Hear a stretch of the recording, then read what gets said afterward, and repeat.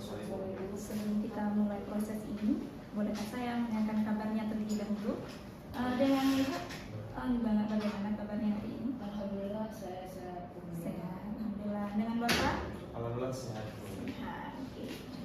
Oke, di sini saya izinkan memperkenalkan diri saya. Saya Nur Aini SH. Saya merupakan mediator yang bersertifikasi dari DSI dengan akreditasi dari Mahkamah Agung. Dalam hal ini, saya akan membantu menyelesaikan permasalahan antara Ibu dan Bapak. Dan sebelum kita memasuki proses ini, bolehkah bolehkah dari Bapak dan Ibu memperkenalkan diri terlebih dahulu? Baik, terima kasih mediator. Perkenalkan, nama saya Livi Atika. Saya di sini sebagai ibu rumah tangga dan saya beralamat di Kota Laksana. Oke, Ibu sering pagi dengan nama akrabnya siapa? Ibu Livia. Livia. Oke, sekarang Bapak silakan. Baik, terima kasih kepada Bu Mediator. Perkenalkan, nama saya Ramazan Akbar. Saya bertinggal di Kota Lusmonge dan pekerjaan saya adalah swasta dan boleh dipanggil Pak Rama, Bu Mediator. Oke, Pak Rama. Jadi di sini saya memanggilkan nama saja ya, Ibu Livia dengan Bapak Rama.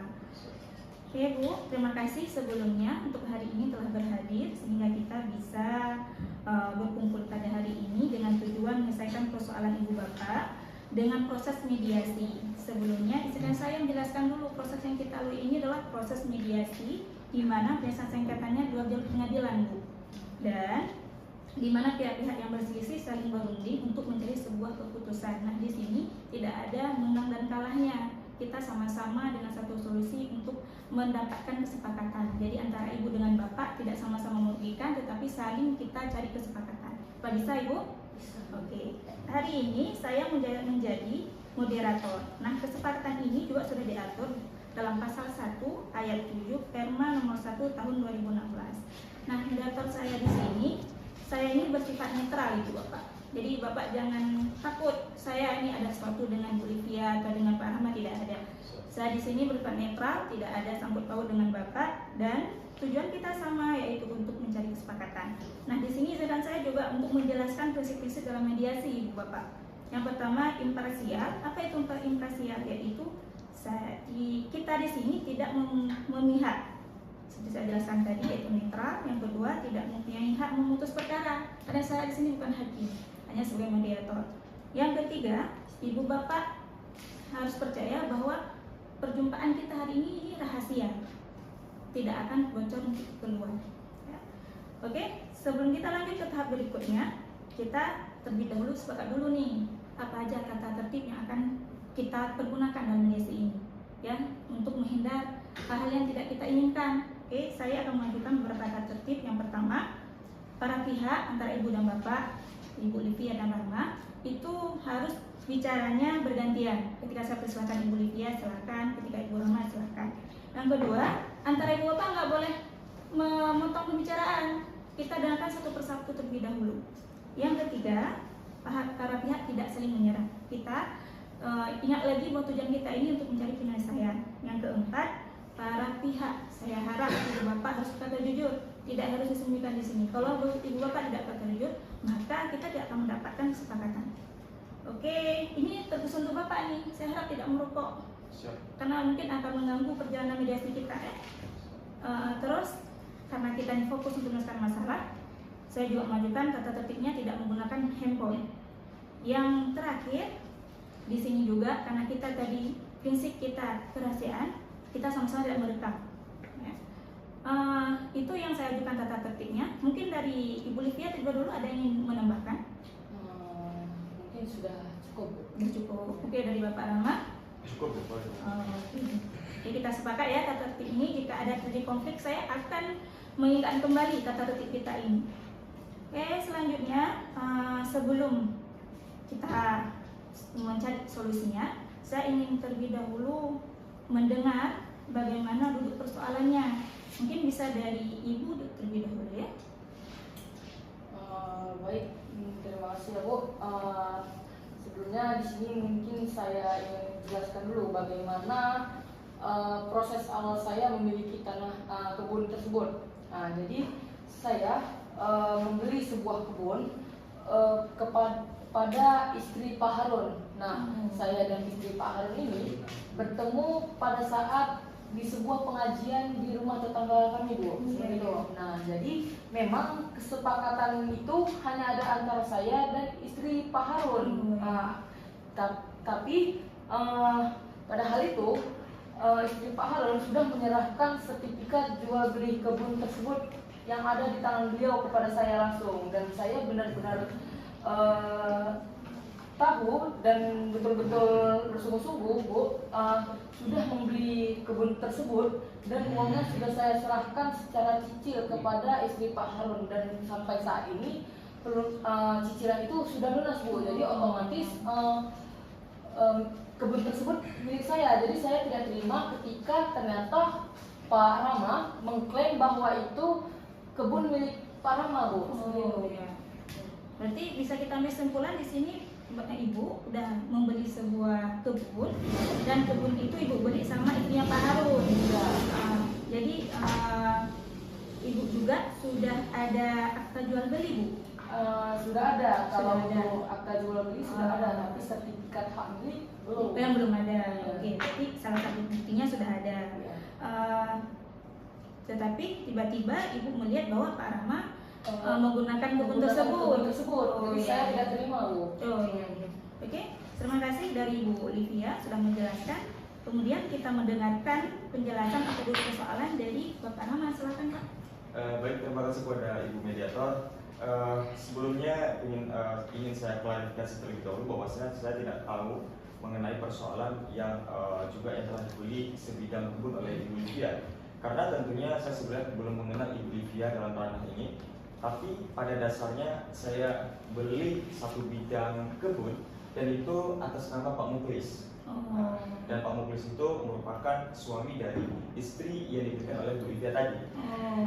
Jadi pada saat itu kebetulan Pak Muklis ini merupakan teman saya sewaktu SMP. Nah, jadi kebetulan kami datang di suatu warung kopi karena memang kebetulan kami berjumpa. Lalu kami salam-salaman bersilaturahmi, lalu mengatakan kepada saya ada satu kebun yang memang ingin saya perjuangkan. Apakah kamu ingin membelinya kepada saya nih? Lalu saya mengatakan, oh ya boleh, saya juga ingin membelinya karena memang sesuai dengan kebutuhan yang memang akan saya garap seperti itu. Nah, lalu pada saat itu kami sudah memang melakukan persetujuan antara kedua belah pihak, dan memang itu telah tersusun dalam beberapa syarat perjanjian, dan telah kami melakukan sepakati. Saya beli dan saya berhak untuk melakukan itu karena saya telah melunasi. Tapi seiring berjalannya waktu, datanglah Olivia mengatakan bahwasanya kebun itu telah dibeli dari istri Pak Muklis yang telah saya berikan tadi itu. Jadi saya rasa ini ada miskomunikasi antara Pak Muklis dan juga istrinya. Mungkin demikian Bu Mediator atas seperti itu.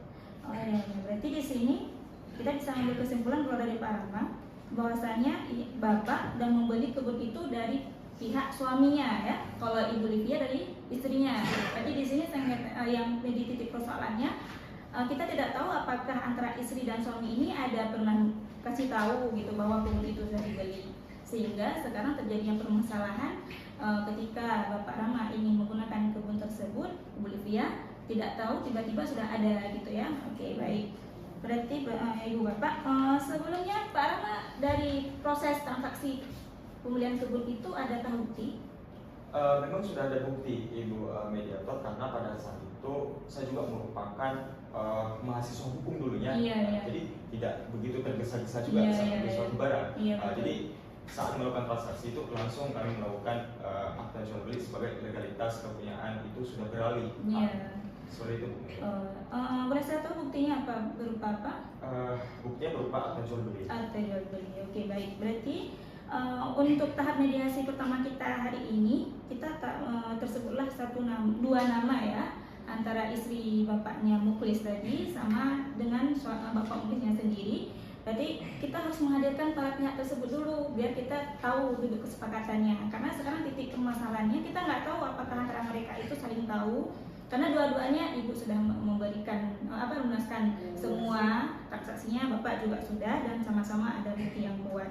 Oke, untuk selanjutnya berarti kita harus menentukan dulu nih Bu jadwal mediasi kita ke depannya, karena kita harus menghadirkan dua pihak tersebut. Nah, sebelum saya memutuskan, saya tanya dulu nih Ibu, kapan nih ada waktu? Mungkin 7 hari ke depan, seminggu, hari Kamis. Hari Kamis, oke. Apa Bapak di hari itu ada berhalangan atau ada kerjaan? Mungkin insya Allah bisa saya usahakan di hari tersebut. Di hari tersebut, boleh dikasih tahu Bu, tanggal berapa itu di hari itu? Tanggal 6 Juni. 6 Juni ya, pada hari Kamis ya? Kamis. Oke. Untuk jamnya jam berapa? Mungkin bisa setelah makan siang, setelah sholat Jam-jam 2 selesai di sholat. Oke, kita tetapkan, karena kalau misalnya makan siang kan orang berbeda-beda Bu ya. Kita tetapkan Jam untuk jam 2 ya. Oke, tempatnya sama Ibu, kita akan bertemu kembali pada tanggal 6 Juni 2025 pada hari Kamis. Oke, saya selaku moderator. Baik Bapak Ibu, untuk menyelesaikan persoalan Bapak ini kita perlu cross check terlebih dahulu, seperti saya bilang tadi bahwa kita harus menghadirkan Bapak, Muklis dan istrinya, supaya kita mendapatkan titik temu dari persoalan kita.